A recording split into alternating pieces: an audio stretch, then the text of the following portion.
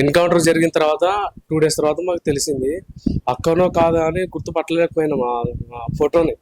చూద్దామని చెప్పి శనివారం రాత్రి బయలుదేరి సండే మధ్యాహ్నం కల్లా మేము నారాయణపూర్కి చేరుకున్నాము. 2:30 ఆ టైంలో పోయినాము హాస్పిటల్ దగ్గరికి. హాస్పిటల్ దగ్గర పోతే పోలీస్ ఆఫీసర్ ఉండి ఫస్ట్ మమ్మల్ని అలో చేయలే. మీరు ఫస్ట్ బార్ నికలో పైలే బార్ వెయిట్ కరో పోల్కే బోలతా చెప్పినారు.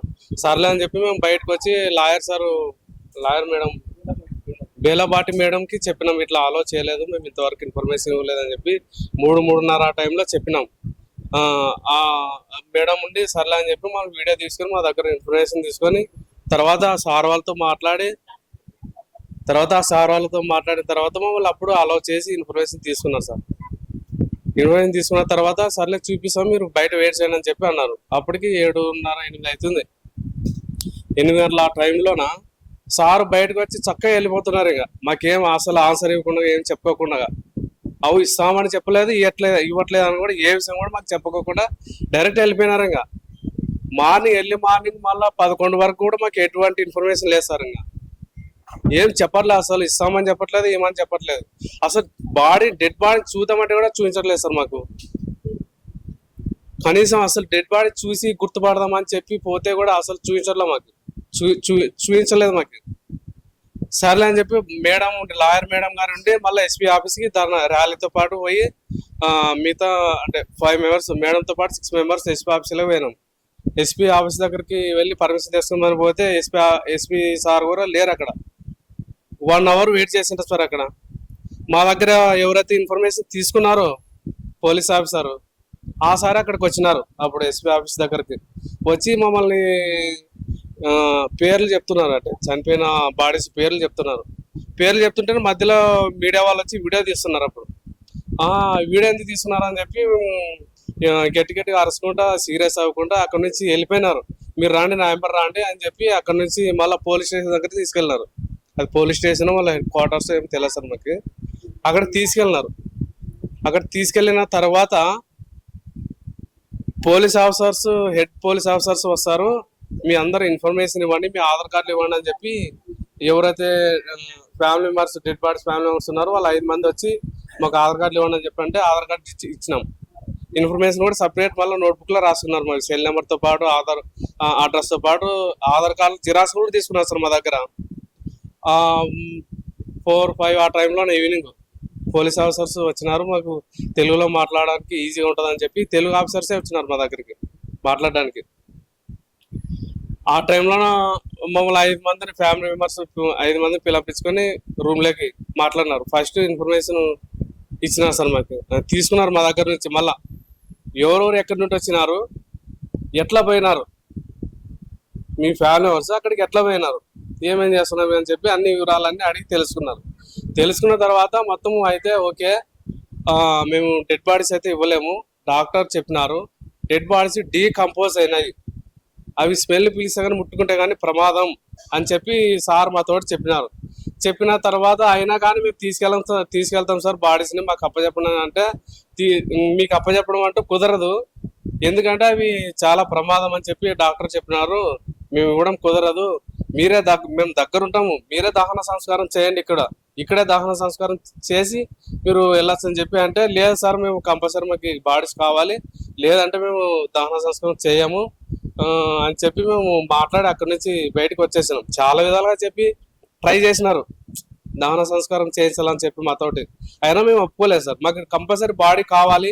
ఇంటి దగ్గర తల్లిదండ్రులు ఎదురు చూస్తున్నారు, అన్నదమ్ములు అందరూ చూడాలని ఎంతో బాధలో ఉన్నారు, ఎంతో ఏడుస్తున్నారు, ఎంతో దుఃఖంలో ఉన్నారు, కంపల్సరీ మాకు బాడీ కావాలని చెప్పి అడిగినాం సార్. వాటికైనా ఒప్పుకోలేదు సార్. మీరు ఉన్నా లేకపోయినా మేము దహన సంస్కారం మేమైనా చేస్తామని చెప్పి అన్నారు. విత్ 10-15 minutesలో పావుగంటలో చేసేస్తామని చెప్పినా సార్ మాతోటి.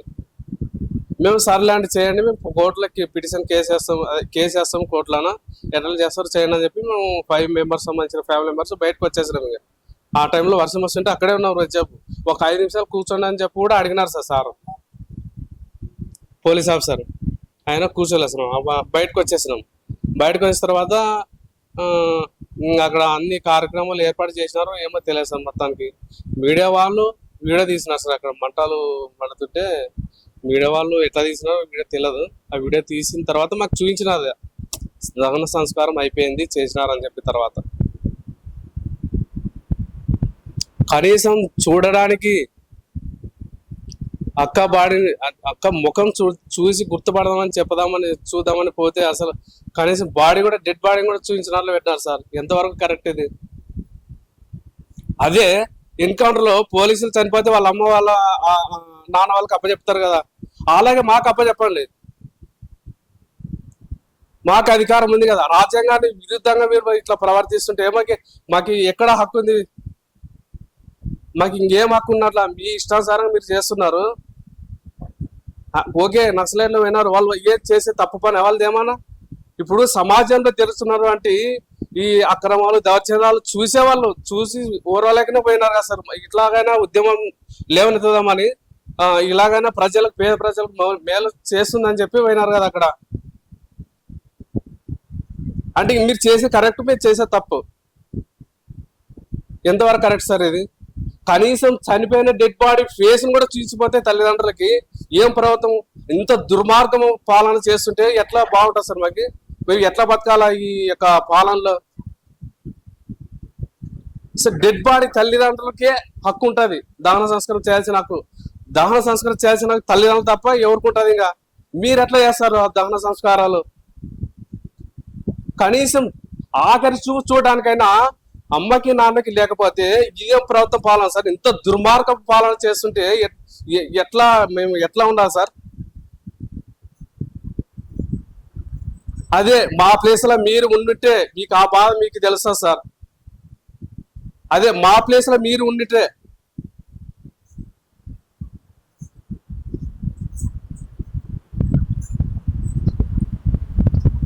మా అమ్మ ఇంటి దగ్గర గుర్తుకొచ్చినప్పటి నుంచి నిల్లు భూమి తిన్నది, ఫుల్ ఏడ్చుకుంటూ ఉంటది. అసలు మాకే భయం వేస్తాం చూస్తుంటే, తెలిసినప్పటి నుంచి. అంటే ఇంకా చెప్పలేదు, ఆటోమేటిక్గా తెలిసిపోయింది. మాకే భయం వేస్తుంది ఆమెకి. ఇప్పుడు ఎట్లా చెప్పుకోవాలి అనేది ఆమెకి చివరి చూపు చూడకుండా చేసినారు సార్.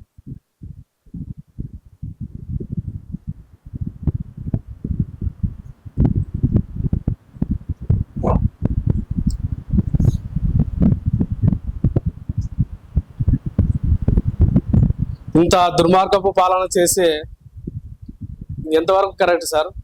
మాకు ఆన్సర్ జవాబు చెప్పాలి మీరు. ఈ పాలన ఇట్లా చేస్తుంటే మాకు మా అసలు డెడ్ బాడీని చనిపోయిన డెడ్ బాడీని కూడా చూడడానికి అవకాశం లేకుండా చేసినారు మీరు.